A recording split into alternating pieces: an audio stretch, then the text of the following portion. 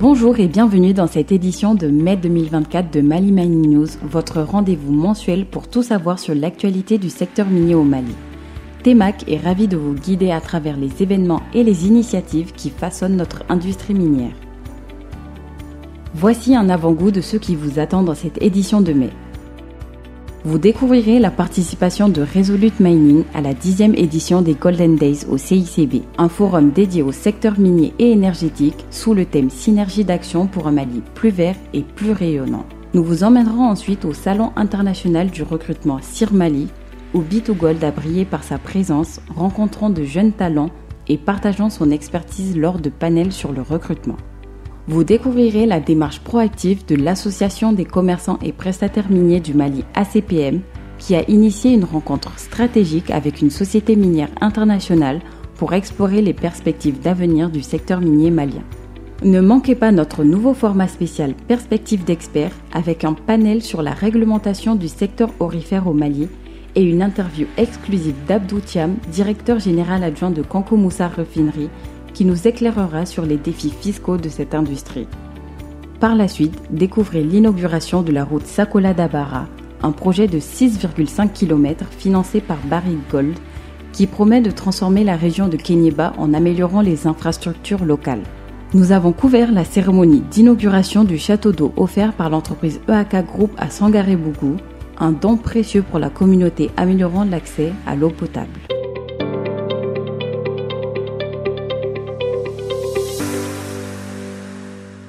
Resolute Mining, acteur majeur du secteur minier, a participé à la 10e édition des Golden Days au CICB. Cet événement dédié à la promotion des secteurs miniers et énergétiques a rassemblé experts et décideurs pour échanger sur les défis, les enjeux et les innovations visant à un Mali plus vert et plus rayonnant.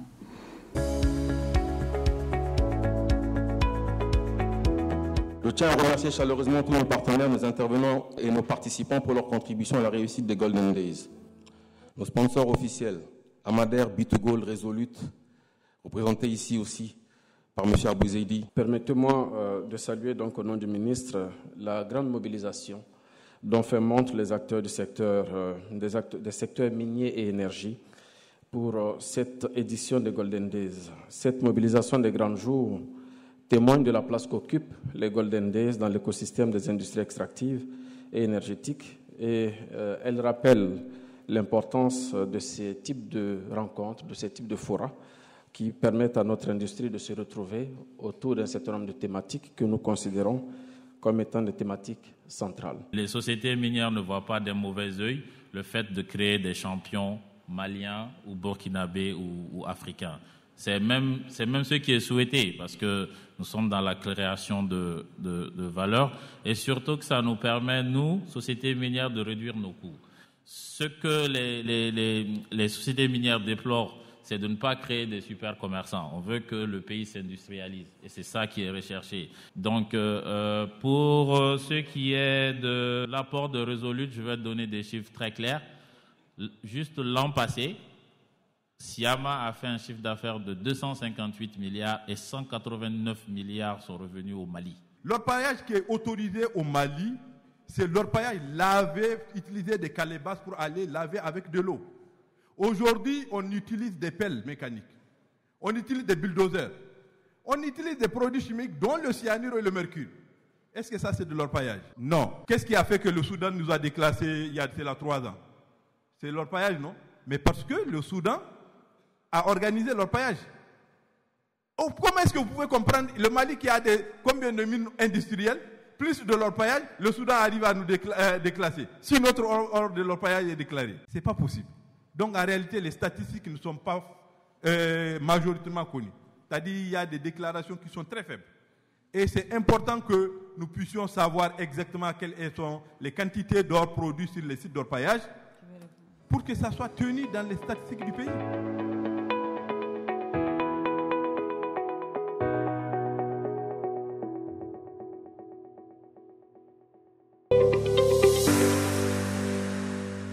B2Gold a marqué sa présence au Salon international du recrutement CIR Mali, le premier salon de recrutement du pays. L'entreprise a rencontré de jeunes talents et partagé des solutions concrètes lors de panels sur le recrutement, renforçant ainsi son engagement envers le développement des ressources humaines au Mali.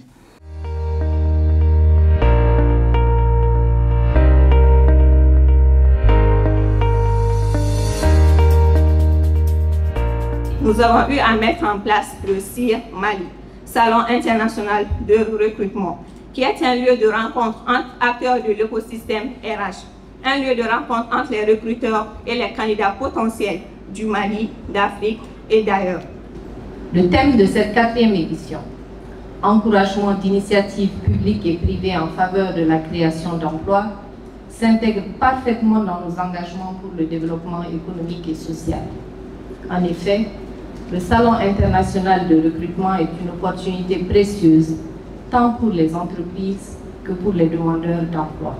La tenue de cette activité se présente comme un moyen de réduire le chômage. Il est donc de mon devoir d'accompagner cette initiative qui permet de stimuler la création d'emplois, de créer un environnement favorable à l'entrepreneuriat et à l'investissement. Le secteur minier, on va dire, c'est un environnement de production. Qui dit environnement de production dit forcément qu'il y a des targets à avoir, qu'il y a des coûts énormes. Il y a aussi le volet sécurité qu'il faut prendre en compte. Donc, nous ne pouvons pas, on va dire entre guillemets, nous hasarder à faire rentrer n'importe qui, à prendre des personnes, les mettre dans des postes et alors qu'ils ne sont pas qualifiés. Parce qu'il y a énormément de risques. Donc, c'est l'une des raisons pour laquelle je pense que la plupart des personnes pensent que le secteur minier est fermé, mais il ne l'est pas. Et les profils qui viennent à nous, la plupart, lorsqu'ils sont mis sur le terrain, on se rend compte qu'ils ne sont pas aussi compétents que ça. Donc, ce que B2Gold fait pour inverser la courbe, il est vrai que nous peinons à le faire, mais nous adoptons quand même des stratégies pour essayer de changer un peu, faire un peu pencher la balance. Par exemple, je vais revenir sur le volet formation. Ce sont des formations à l'interne, déjà pour nos employés. Nous faisons des partenariats avec certaines universités et tout pour les encourager à créer des filières qui sont liées au métier des mines. Il faut qu'on comprenne le contexte dans lequel nous sommes aujourd'hui, le contexte malien.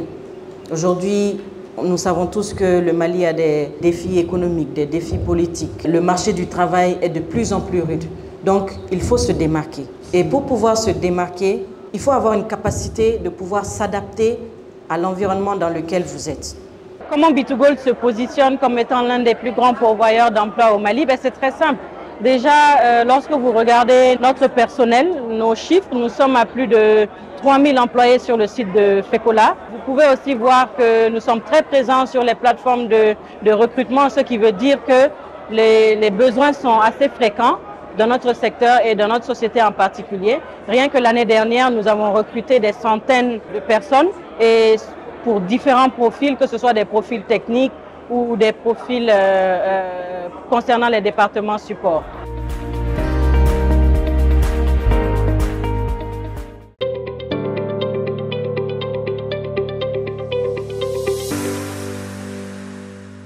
L'Association des commerçants et prestataires miniers du Mali, ACPM, continue ses rencontres stratégiques avec les acteurs de choix afin d'explorer les perspectives d'avenir du secteur minier malien et donner une nouvelle dynamique à la société civile dans le secteur minier.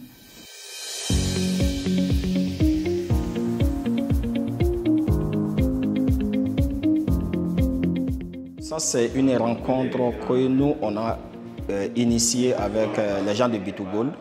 Donc, vraiment, on a été accueillis par l'équipe de B2Gold pour faire la présentation du bureau de l'ACPM avec quelques membres de l'ACPM et puis les objectifs de l'ACPM. Franchement, la rencontre a été très bien parce qu'on a été même surpris de voir les personnes, c'est-à-dire que les techniciens à la matière qui s'occupent du contenu local chez B2Gold, et on a été accueillis par ces techniciens et on a fait vraiment un très bon échange sur le sujet et ça a été très très bien. L'ACPM va certainement travailler avec B2Gold, ça c'est une évidence. D'ailleurs même B2Gold a demandé la liste des fournisseurs de l'ACPM qui sont actuellement disponibles de mettre à leur disposition. Et nous sommes en train de travailler sur notre site internet. Donc via notre site internet, vous pouvez directement tirer la liste des fournisseurs là-bas. Mais ce qui est sûr, le partenariat avec B2Gold, ça va être un partenariat gagnant-gagnant dans un futur très proche.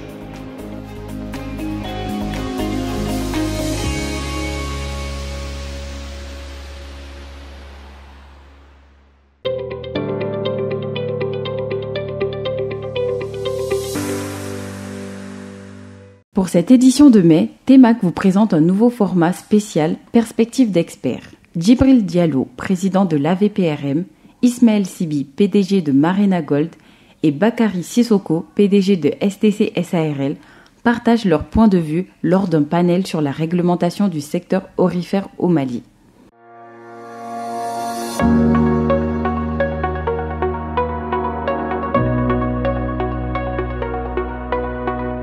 L'exploitation de l'or se fait de deux manières. Bon, on peut dire trois manières, mais les deux manières les plus connues sont l'exploitation industrielle, qui sont exploitées par les grandes mines et les petites mines. Après cela, il y a l'exploitation semi-mécanisée, qui utilise quelques matériels mécaniques tels que les pelles, les camions, ainsi de suite, mais qui n'est pas 100% industrialisée. Et la troisième, ça, c'est l'exploitation artisanale, qu'on appelle l'exploitation à petite échelle, qui est très développée dans nos pays africains, surtout en Afrique de l'Ouest. Au Mali, on a à peu près plus d'1 million d'orpailleurs qui exercent dans ce métier-là. Donc les plus connus, ça c'est l'exploitation industrielle qui sont les mines, et l'exploitation artisanale qu'on appelle orpaillage. Mais actuellement, l'orpaillage a pris une autre forme, qui est l'utilisation des techniques mécaniques, qui sont les cracheurs, les motopompes, ainsi de suite. L'exploitation de l'or au niveau industriel, c'est une exploitation qui est, on peut dire, canalisée à travers des services spécialisés de l'État. Au Mali, par exemple, c'est la DNGM et d'autres structures de l'État qui s'occupent des déclarations faites par ces mines quant à leur production. Donc, ce qui fait que l'État a plus ou moins une connaissance théorique de leurs quantités qui sont déclarées. Mais par contre, l'exploitation issue de l'orpaillage, qui, on peut le dire, se fait de façon informelle, la quantité réelle de ces orpailleurs ne sont pas tout à fait connues par l'État. Ça échappe complètement aux statistiques de l'État. Donc je pense qu'il y a quand même d'une importance capitale de pouvoir organiser ce secteur pour qu'on puisse canaliser leur production et savoir quelle quantité réelle ils produisent et où est-ce qu'ils vendent leur production aussi. Est-ce que le Mali n'est pas devenu un lieu de trafic, de plaques tournantes du trafic d'or illégal? Pour avoir un comptoir ou être agréé à un comptoir, il faut d'abord avoir un agrément. L'agrément qui est donné par le ministère du Commerce et de l'Industrie, qui te permet d'ouvrir un comptoir. Et ce comptoir permet d'exercer l'achat et la vente de l'or, d'autres produits précieux, le pierre précieux qu'on consomme, et avoir une autorisation d'exportation. Après, il faut une habilitation technique de la DNGM, du labo, secteur labo surtout. Donc après, tu es autorisé à acheter de l'or, là où il faut enregistrer, il faut exporter. Dans le temps, c'était bien, mais maintenant, le secteur est en désordre. Le désordre est venu où? Je pense que le désordre est venu de nous-mêmes, les acteurs d'abord, parce que nous sommes aussi coupables silencieux de ce qui se passe aujourd'hui dans le marché. Le coursier ou le collecteur. Les collecteurs devaient être agréés. Je veux dire que 99,9% des collecteurs n'ont pas d'agrément. Donc les gens se coulent dans les marchés seulement, ils brandent de gauche à droite, ils vont au comptoir. Et le comptoir aussi, il y a 99% de comptoirs au marché aujourd'hui qui n'ont pas d'agrément ou dont les agréments sont expirés. Dubaï a dit quand même qu'il y a 60 ou 100 tonnes d'or qui vient au Mali, que ça vient d'autres pays, ça n'empêche que c'est sorti du Mali quand même. L'origine est du Mali. Donc pourquoi, si l'origine est du Mali, ça empêche que c'est produit au Mali ou c'est pas produit au Mali quand même. Comment peut-il qu'un Malien qui achète son or ici aller vendre à Dubaï, il va aller vendre à X et X vient à Bamako ouvrir un bureau illégalement et faire la concurrence à ces mêmes Maliens. Donc ça veut dire que le Malien n'aura plus de quoi manger en fait. Ça va être que le Malien va perdre son affaire. il va perdre son emploi, il va perdre de quoi à manger.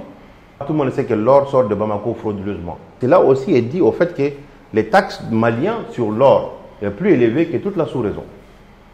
Quand tu prends le Ghana, tu prends le Burkina, tu prends la Guinée, les taxes du Mali sont plus. Il faut obligatoirement une vision politique dans ce secteur-là. La vision politique, c'est quoi? Il faut interdire l'exportation de l'or à l'état brut. Ça, il faut un courage politique pour pouvoir l'imposer. Ça a été une de nos recommandations. Que l'État puisse prendre ses responsabilités en interdisant purement et simplement l'exportation de l'or à l'état brut. Déjà qu'on a des raffineries qui sont capables de raffiner l'or déjà issu de leur paillage, pourquoi ne pas utiliser ces raffineries? Ça, c'est le premier point. Deuxième, ces solutions, c'est pour éviter le trafic de l'or illicite, le trafic illégal de l'or. Ça, c'est l'une des solutions que nous, on a préconisées. Deuxième solution, c'est qu'il faut détaxer l'or. Et ça, si je dis détaxer l'or qui a été raffiné.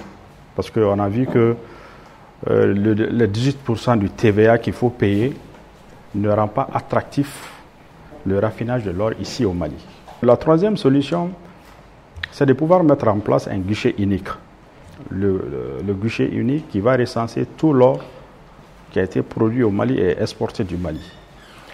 Et ce guichet unique doit travailler maintenant avec les raffineries pour que l'or qui a été raffiné soit répertorié avec un poisson. Ça va permettre à l'État de connaître la production réelle du Mali. Parce que plus les conditions deviennent un peu difficiles avec les lourdeurs administratives, ça pousse les gens à aller vers ce trafic de l'or.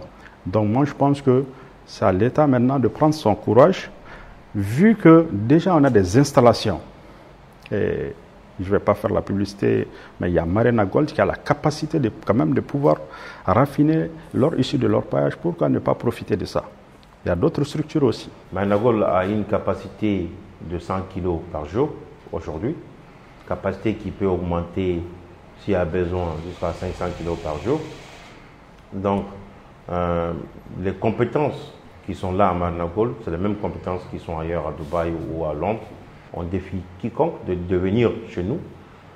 Nous, on peut raffiner l'or. Nous, on peut prouver à quiconque qui soit qu'on est à la hauteur de raffiner l'or jusqu'à cette limite. Donc, si l'État est prêt, nous sommes déjà en avant. Ils peuvent venir, ils peuvent voir nos compétences et faire la décision à partir de ça. Bon, Marina Gold est connue à l'extérieur du Mali plus qu'à l'intérieur du Mali, en fait. Tous les acheteurs de l'or ou le transformateur de l'or, ils prennent Marina Gold en Afrique comme une expérience, comme une référence. Moi, je pense que c'est l'interdiction de l'exploitation de l'or brut. D'abord, organiser le comptoir, acheter l'or un peu plus moins cher et quand l'or sera raffiné, que les devises viennent au Mali. Parce que le Mali compte pour ses devises, pour payer ses dettes extérieures et pour agrandir la balance extérieure du Mali, la balance commerciale du Mali. Donc moi je pense que c'est primordial que l'or qui est vendu à l'extérieur, que l'argent soit réparti au Mali. Cela permet quand même à donner un coup d'envoi à notre économie en fait, notre économie. À ce stade, ce n'est pas seulement le bon fond, on a besoin de l'action concrète. On voit quand même qu'il y a des pays qui ont interdit l'exploitation de l'orpaillage et qui sont en train de récolter aujourd'hui ces bénéfices. Et au Ghana et au Burkina, même en Guinée-Conakry, c'est plus réglementé que le Mali. Et concernant le guichet unique, parce qu'on ne peut pas contribuer vraiment à l'élan économique d'un État, surtout le Mali, c'est un pays de l'or depuis dans les temps. Donc le Mali, c'est un État de l'or. Donc le Mali, l'or seul peut contribuer vraiment à l'économie du Mali. Tandis que les chiffres qu'on disait qui a été vraiment allé à Dubaï, les 60 tonnes, 100 tonnes annuelles, imaginez, c'est en réalité égal au budget national du Mali. Les 60 tonnes, les 100 tonnes, c'est égal au budget national du Mali. Donc, voyez-vous, donc, il y a, comment dirais-je, le budget national qui se volatilise quelque part dans le monde sans que l'État vraiment ait la même mise. Donc moi, je sollicite l'État à ce que vraiment il crée ces guichets uniques, essayer vraiment de faire confiance aux raffineries qui sont sur place vraiment pour booster l'économie de l'État. Certes, jusqu'à présent, on n'a pas de pétrole, mais notre prix de pétrole, c'est le prix de l'or. Donc l'or, c'est vraiment peut prendre en charge l'État malien à 100%. Pour approfondir le sujet, suivez ensuite une interview exclusive d'Abdou Thiam, directeur général adjoint de Kanko Moussa Refinerie, qui nous éclaire sur les défis fiscaux de cette industrie. Au début, on était d'abord un comptoir d'achat qui s'occupait de l'achat-vente d'or. La raffinerie a une capacité d'environ 40 tonnes par an d'or, une ligne d'argent blanc qui fait aussi environ 20 tonnes d'or par an. On peut raffiner l'or, le platine, le palladium et comment on appelle ça, l'eurodium. La raffinerie, c'est comme un laboratoire, c'est des labos, c'est des laborantins qui sont dedans et que presque toutes les machines sont automatisées. Une fois que tu as la compréhension, tu es bloqué sur le côté fiscal, tu es bloqué sur beaucoup de choses parce que l'investissement étant élevé, chacun veut optimiser son gain. Aussi, on a un autre problème, c'est que pour la plupart des citoyens lambda, quand on entend le problème de l'or, soit on te dit que c'est un pro. Oh, l'or c'est compliqué, et non, l'or c'est beaucoup d'argent. On ne regarde plus le côté travail dedans. Aujourd'hui, si tu décides de gérer un comptoir, au bout d'une année, si tu fais tout officiellement, la deuxième année tu fermes à cause des taxes. À cause de tout ce qu'on te met dessus, tu ne peux pas t'en sortir officiellement. Par le manque à gagner pour l'État devient tellement énorme qu'on se pose les questions, où va l'or du Mali? Si l'impôt te demande maintenant, sur chaque grand toit, tu n'as que 25 francs.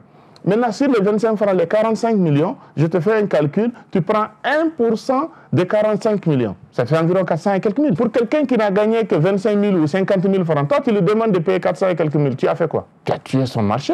Tu as tué l'entreprise, tu as fait qu'il ne peut plus déclarer officiellement que lui, il fait tel produit, telle quantité ou telle quantité, alors qu'au lieu de l'aider, tu es censé l'aider, tu tues son activité par incompréhension même de l'activité. Parce que chacun est campé sur quoi? En disant que l'or là, c'est beaucoup d'argent. Oui, c'est beaucoup d'argent, mais la marge, elle est minime. Partout dans le monde entier, 1% dans l'or, c'est déjà beaucoup. Maintenant, si toi, on te demande un impôt forfaitaire minimum de 1%, on te demande, l'autre là, 2% pour l'exportation. En plus de ça, tu as l'IS, les 30% si tu fais de bénéfices. Si tu ne fais pas de bénéfices, en fait, c'est quand tu ne fais pas de bénéfices que tu payes les 1%. Et les 1% des chiffres d'affaires dépassés que toi tu gagnes.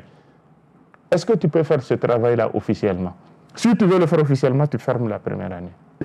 Les solutions pour optimiser la fiscalité, il s'agit de mieux comprendre les secteurs. Nous ne demandons pas à l'État, parce que l'État vit de quoi? L'État vit des taxes, l'État vit des impôts.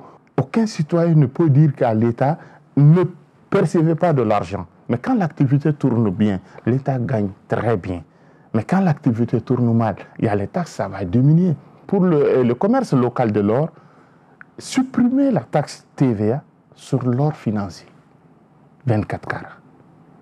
Nous ne demandons pas autre chose. Nous ne disons pas l'or brut, on dit l'or financier.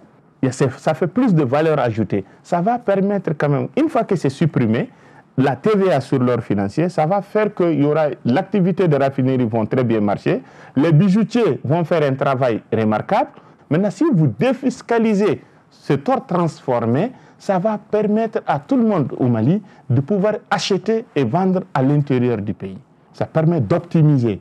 Comme ça, même les grandes mines peuvent décider de vendre localement. Mais aujourd'hui, ils ne peuvent pas vendre localement parce que c'est plus facile d'exporter parce qu'à l'export, tu n'as pas de TVA.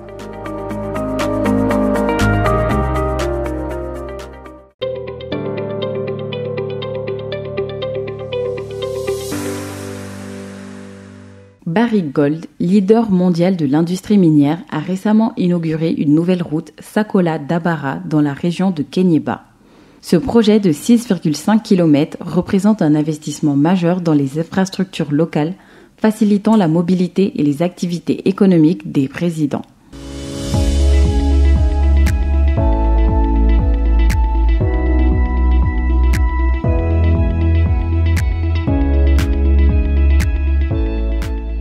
Mesdames et messieurs, chers invités, la nouvelle piste Sakola Dabara que j'ai l'honneur d'inaugurer aujourd'hui avec vous est longue de 6,5 km et construite par l'entreprise malienne Dabo et compagnie avec le financement exclusif de la Somilo SA à hauteur de 206 351 000 francs CFA hors taxe. La réalisation de ce projet démontre une fois de plus la volonté constante de Barrick Gold d'améliorer les conditions de vie de ses communautés partenaires et d'accompagner le Mali dans sa marche vers l'émergence et la souveraineté économique. En bas, il faut que le développement passe par le développement de la route. Si là, il y a Banabagato, Takata, Dorotoraso là, si là, il y a maîtrise là, c'est école là, il y a école D là, c'est école là. Donc, la société Ninjora Oyebi, en bas, il faut tourner, Kabarigada. En bas, il faut que ce soit là, en bas, Koroji. Mounianga Durabargelawi, Mounianga Singelawi, Mounianga Motopolawi, Mounianga Musopinosotouye, faut le temps place cinéma là, en bas Hakutola, ni Alasona, Barain Atetien, Ayana, vous avez des tableaux. C'est là, en bas qui est bala. Follow la Samia, fait Israël pratiquer le Kinakele. Donc, bi, Académie, donc à Foucault, au Bay Souvenir. C'est là, que ça va nous mettre à la peine à faire la parole. Sila imbaro adi atanye bu nyata ma kusobe bawo ni ga dugo sigili silo lemu ni ga jamane sigili silo lemu ni be sigili dugo kono ni silanti je be sigito folela mo ko mi ke sawo to ko silo dara na gonto no bi ma kusobe mi gonto ne ga baro meke algani fo abrajola ni ya jatemna anye men keni ngirin garna beta fo san wolo fo san segi amman saka sira soro bari geni bare men koni ke vraiment mo saka fo a hera koni adaye me ala de balo o koni al koni be duwa ke akara kumena ala ko sabati. On l'a toujours dit, le développement de nos communautés fait partie réellement de notre politique. Ça fait partie de notre responsabilité sociétale d'entreprise, mais au-delà de ça, le fait que nous-mêmes nous soyons maliens, cela ajoute une motivation supplémentaire pour essayer de laisser le plus de traces positives ici dans les communautés où nous sommes.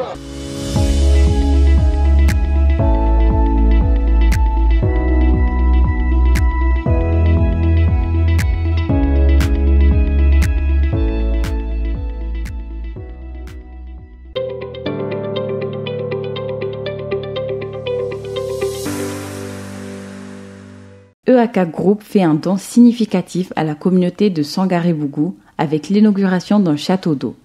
Cette initiative améliore l'accès à l'eau potable et reflète l'engagement du groupe EAK envers le bien-être des populations locales.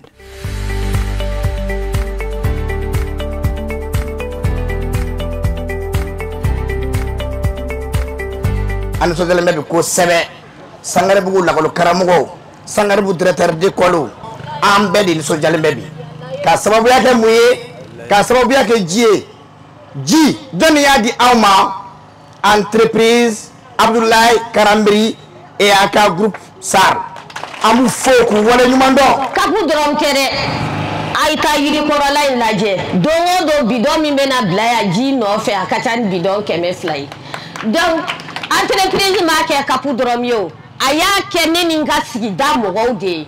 N y'a mɛn ɲɛnamaya ji de don donc Abdoulaye Karambiri a yɛrɛ ye a bɛ deli ka fɛn minnu fɔ a ko ale ye maliyɛn de ye donc mɔgɔ n'i bɛ se ka fɛn min kɛ don min na n'i m'o kɛ sini ma i bɛ jalaki o hukumu kɔnɔna na donc château in senni o cadre kɔnɔna na. donc bi ta komi an bɛ ekɔliso la o ye denmisɛnninw ye an b'a ɲini denmisɛnninw fana fɛ olu de sini ɲɛsigi donc o fana ka anw kɛ misali ye don dɔ la.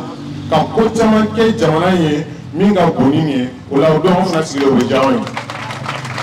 Pardon, ni mɔgɔ fɛn fɛn sera ka ji di population ma ji ye fɛn bɛɛ de nisɔndiya tɛ se ka fɔ ka ban. Ni foraji an b'a minɛ comme un denkɛrɛnin madame yɛrɛ bɛ sigi la directrice elle-même ale bɛ sigi ka kuma dɔ la ji di mɔgɔw ma pour que fɛn kana tiɲɛ n'ala sɔnna a b'an ka ci fɔ calendrier a tɛ minɛ an b'a minɛ ko ɲuman.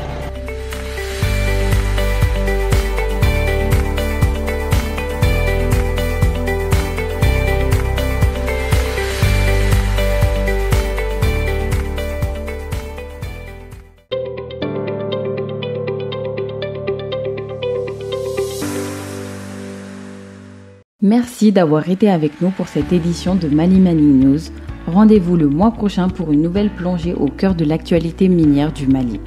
En attendant, restez connectés et informés en visitant notre site web t-mac.org et en nous suivant sur nos réseaux sociaux.